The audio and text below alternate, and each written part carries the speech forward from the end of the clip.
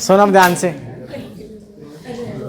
DNA देखो आपके biotechnology वाला है, उसके लिए भी आपको डीएनए की आवश्यकता पड़ेगी। ये चैप्टर ट्रांसक्रिप्शन पढ़ोगे, इससे पहले भी आपको डीएनए चाहिए, डीएनए की संरचना चाहिए। उससे क्वेश्चन भी आते हैं, जैसे न्यूक्लियोटाइड क्या होता है, न्यूक्लियोसाइड क्या होता है, डीएनए अम्लीय होता है कि क्षारीय होता है, क्यों होता है, अम्लीय होता है, क्षारीय होता है तो क्यों होता है, मतलब इसमें जो भी है ऐसे क्वेश्चन सारे आते हैं, वो डीएनए संबंधित है। न्यूक्लियोटाइड कई बार पूछ चुका है, कौन कौन से भाग होते हैं, जो इसे एग्जाम में कौन सा भी एग्जाम हो उनसे भी पूछ लेता है। ठीक है, कौन खोज कराता, कैसे हुई थी, ये भी पूछ लेता है। कौन इसको न्यूक्लिक अम्ल नाम दिया, कौन न्यूक्लिन नाम दिया। ठीक है, ऐसे आते हैं डीएनए की संरचना में। संरचना पर द्विकुंडलीय मॉडल जो होता है, जेम्स वाटसन फ्रांसिस क्रिक का, वो मॉडल से भी कई क्वेश्चन आए होंगे। ठीक है, तो हम पहले डीएनए की संरचना समझेंगे। ठीक है, तो डीएनए के बारे में लिख रहा हूँ मैं सारा डीएनए के बारे में, डीऑक्सी राइबो न्यूक्लिक अम्ल। तो इसके बारे में सुनना ध्यान से। तो हेडिंग लिख सकते हो आप, हेडिंग लिख सकते हो आप, डीएनए। डीएनए का मतलब होता है डीऑक्सी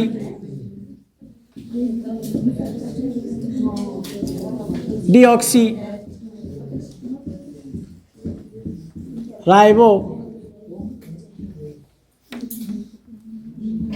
न्यूक्लिक अम्ल। अब इसे यही नाम क्यों दिया गया अभी बता देंगे, इसका कारण क्या है। तो डीएनए की बात करेंगे हम, तो डीएनए के पहले खोज से बात कर ले, डीएनए की खोज कैसे हुई थी वो बात कर लेते हैं। तो डीएनए यानी कहने का मतलब व्यक्ति थे और उनका नाम था फ्रेडरिक मिक्सचर, जो भी नाम है, मतलब फ्रेडरिक मिक्सचर ने क्या है, केंद्रक के अंदर 1869 की बात है, केंद्र के अंदर कुछ केंद्रीय पदार्थ देखा मतलब। ठीक है, और उन्हें नाम दे दिया एक प्रकार से न्यूक्लिन। तो डीएनए की खोज, तो इन्होंने क्या है, डीएनए की खोज की, इस केंद्रीय पदार्थ को, यानी कोशिका में केंद्रीय पदार्थ को, कोशिका में केंद्रीय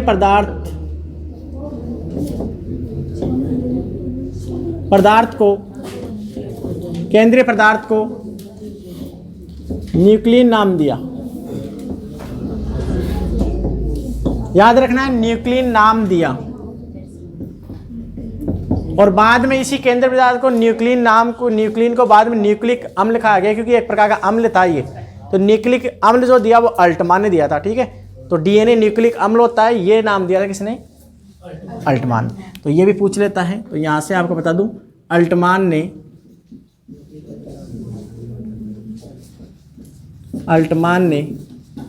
इस न्यूक्लिन को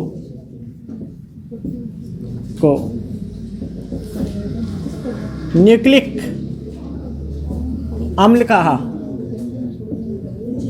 ठीक है, यानी अम्लीय पदार्थ है, अम्लीय पदार्थ। और डीएनए एक प्रकार का न्यूक्लिक अम्ल होता है और ऋणावेशित होता है। और ऋणावेशित क्यों होता है, क्योंकि फॉस्फेट समूह की वजह से होता है। अब वो पढ़ेंगे अभी, है ना। तो ये भी लिख सकते हो आप, डीएनए न्यूक्लिक अम्ल व ऋणावेशित आनुवांशिक पदार्थ है। आनुवांशिक यानी डीएनए संबंधित वाली बातें लिख रहा हूं मैं, आनुवांशिक पदार्थ है। आनुवांशिक का मतलब आप जो अभी लक्षण देख रहे हो ना, कि हम अपने माता पिता जैसे दिखाई दे रहे हैं, कुछ वेरिएशन भी आती है, जैसे आम होते तो आम के पेड़ ही लगते हैं, ये क्यों रहे, ये डीएनए की वजह से। क्यों, डीएनए गुणसूत्र बनाते हैं, ये मैं पढ़ा दिया था कोशिका वाले चैप्टर में। तो मेन क्या होता है, आनुवांशिक पदार्थ डीएनए है। ये भी इस पर भी प्रयोग हुए हैं, और ये हर्शे व चेस के प्रयोग हुए थे। हर्शे व चेस का पूछ लेता है, वो इसमें सिलेबस में नहीं दे रखा ना, तो लिख लेना पर एक लाइन, डीएनए आनुवांशिक पदार्थ है, वो हर्शे व चेस ने बताया था। सामान्य डीएनए से संबंधित बातें लिख रहा हूँ मैं, तो हर्शे व चेस के प्रयोग से साबित हुआ था। हर्शे व चेस के प्रयोग ने साबित किया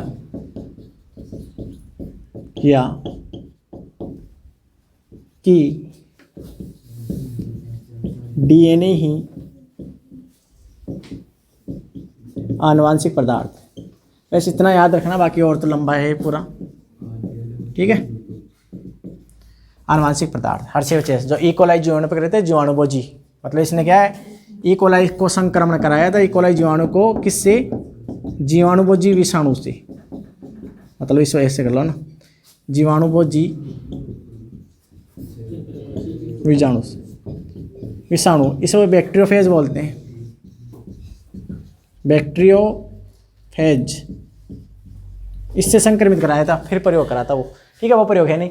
तो ये था एक डीएनए से रिलेटेड, और डीएनए ही क्या बनाते हैं? गुणसूत्र बनाते हैं। बताया था ना पूरा आपको, कोशिका वाला चैप्टर याद है क्या? डीएनए क्या है? हिस्टोन प्रोटीन पर लिपटता है, वो भी अभी बता देंगे, पीछे जैसे टॉपिक आएगा जब बता दूंगा मैं, है ना। फिर हिस्टोन प्रोटीन लिपट करके आया है, फिर क्रोमेटिन बनाता है, फिर सोलेनॉइड, सुपर सोलेनॉइड, फिर कोशिका विभाजन होती है जब गुणसूत्र बनते हैं। ठीक है, तो ये पहले मैं बता दिया था, और बता देंगे।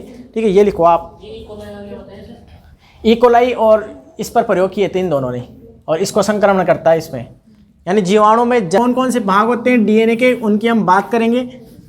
ठीक है, और ये इंपॉर्टेंट है, सारा का सारा जो लिखूंगा ये भी इंपॉर्टेंट था। ठीक है, अब देखो डीएनए की बात करते हैं। डीएनए हो या आरएनए, है ना, डीएनए के हैं तो बात करें डीएनए की। 3 भागों से मिलकर बना होता है डीएनए। इसकी संरचना भी बता देंगे बाद में, जैसे इसकी संरचना हम ऐसे लिखते हैं, डबल की ऐसे लिखते हैं, डबल, यानी ये तो हो गया डीएस डीएनए, और ऐसे होते हैं तो एसएस डीएनए। अब ये रियल में ऐसे क्या है, ऐसे क्या है, इसकी पूरी संरचना बताऊंगा मैं आपको। ठीक है, रियल में यानी एक न्यूक्लियोटाइड क्या होता है, डीएनए की इकाई होती है न्यूक्लियोटाइड, वो पूरी बताऊंगा इसकी संरचना, ये कैसे बना है इसे। फिर आपको जो बायोटेक्नोलॉजी वाला चैप्टर है ना, वो भी समझ में आ जाएगा पूरा। और ठीक है, अब देखो ध्यान से, डीएनए 3 भाग, तो डीएनए की पहले इकाई की बात कर लेते हैं। तो डीएनए की इकाई क्या होती है? न्यूक्लियोटाइड। डीएनए की इकाई क्या होती है? न्यूक्लियोटाइड। चालू कर दिया ना इसको। डीएनए की इकाई होती है न्यूक्लियोटाइड, याद रखना है। डायरेक्ट क्वेश्चन पूछ सकता है आपसे, डीएनए की इकाई का नाम बताओ। जैसे हमारी बॉडी की इकाई क्या है? कोशिका, वैसे डीएनए की इकाई क्या है? न्यूक्लियोटाइड। तो न्यूक्लियोटाइड 3 भागों से मिलकर बना है, ये इसके 3 भाग पढ़ेंगे हम। ठीक है, तो इसको आप ऐसे भी कह सकते हो, 3 भाग हैं इसके, ये इसके ही हैं। तो पहला भाग जो होता है उसे बोलते हैं हम नाइट्रोजनी सारक। मैं एक चार्ट बनाऊंगा, ये भी, इसके भी प्रकार लिखूंगा इनके सब, क्या ना, नाइट्रोजनी सारक। ठीक है, एक होता है पेंटोस शर्करा,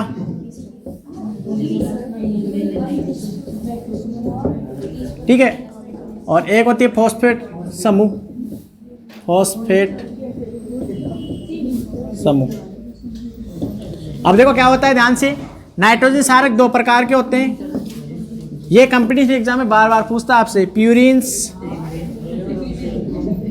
और पिरिमिडिन्स। प्यूरिन्स की बात करें, इसमें 2 होते हैं, ए व जी, और इसमें 3 होते हैं, सी टी यू, पर यू या ना इस डीएनए में नहीं होता है। ठीक है, तो मैं बता दूं आपको, न्यूक्लिक अम्ल आरएनए व डीएनए दोनों ही होते हैं। ठीक है, न्यूक्लिक अम्ल दोनों ही होते हैं, मतलब आपको इसको पूरा ऐसे करें ना, तो ऐसे कर सकते हैं। न्यूक्लिक अम्ल 2 प्रकार के हो गए, आरएनए व डीएनए। आरएनए व डीएनए न्यूक्लिक अम्ल है। ठीक है, ऐसे कह सकते हैं। तो अब इनके बात करें, एक का मतलब एडेनिन। अब ये कैसे जुड़ता है, कहाँ जुड़ता है, कौन से खंड से जुड़ता है, ये बता देंगे। Nitrogen सारक adenine. जी का मतलब गवानीन, सी का मतलब साइटोसिन, और टी का मतलब थाइमीन। थाइमीन को 5 मेथिल यूरेसिल भी बोलते हैं।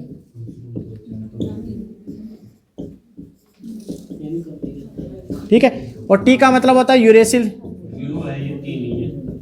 हाँ, यू का मतलब यूरेसिल तो बोला है। ठीक है, देखो अब क्या होता है, ध्यान से, दिख रहा ना यहाँ तक। अब इसमें क्या होता है, यूरेसिल डीएनए में एब्सेंट होता है, आरएनए प्रेजेंट। तो मैं लिख देता हूँ, डीएनए में उपस्थित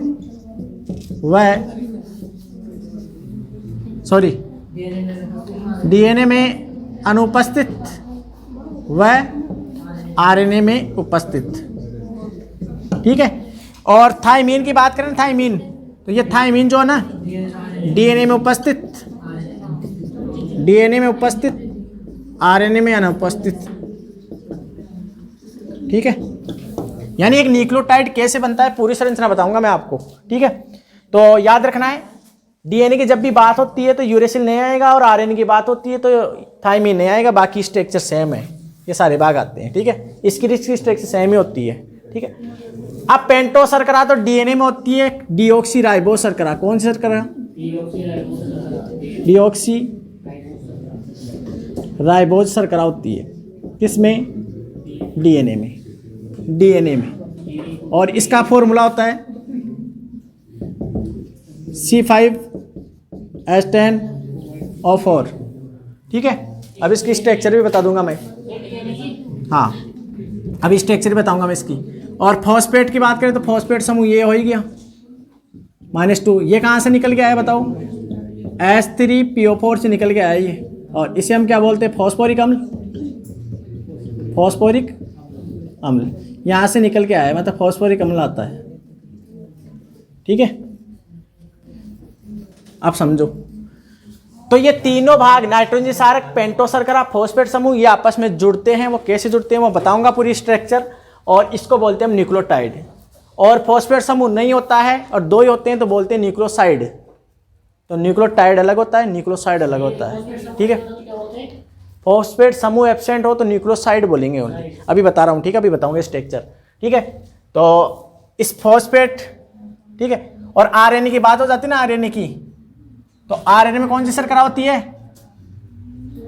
राइबोज शर्करा।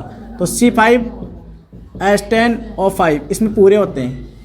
अब इनकी स्ट्रक्चर बताऊंगा तो इसे लिखे आप, है ना? इसमें ये दिख रहा है क्या यहाँ? इसे लिखो फिर बताता हूँ। मतलब न्यूक्लिक अम्ल 2 प्रकार के होते हैं, आरएनए में डीएनए। ये तो केवल डीएनए की बात है ना। नहीं, न्यूक्लिक अम्ल 2 प्रकार के होते हैं, आरएनए में डीएनए। अब चाहे डीएनए की संरचना देखो चाहे आरएनए की देखो, ये सारे सेम है, बस चेंज क्या होता है? ये थायमिन डीएनए में होता है, लिख दिया ना मैंने, आरएनए में नहीं होता। और ये यूरेसिल डीएनए में उपस्थित, इसमें उपस्थित, बाकी उस हिसाब से जुड़ते हैं सारे। और राइबोज शर्करा मैंने लिख दी, इसमें डीऑक्सी राइबोज और इसमें राइबोज, बस इतना सा है, बाकी सेम से चलती है। इसलिए हम आरएनए की संरचना पढ़ते नहीं है, पूछता भी नहीं है। ठीक है, और डीएनए की है, मैं डीएनए का सारा है खेल, तो इसे लिखो आप, है ना? फिर मैं इन दोनों की संरचना बताऊँ, और एक न्यूक्लियोटाइड क्या है वो बताऊँ आपको, और फिर पॉलीन्यूक्लियोटाइड कैसे बनता है। इसे ऑफ कर रहे हैं, कर देगी क्या?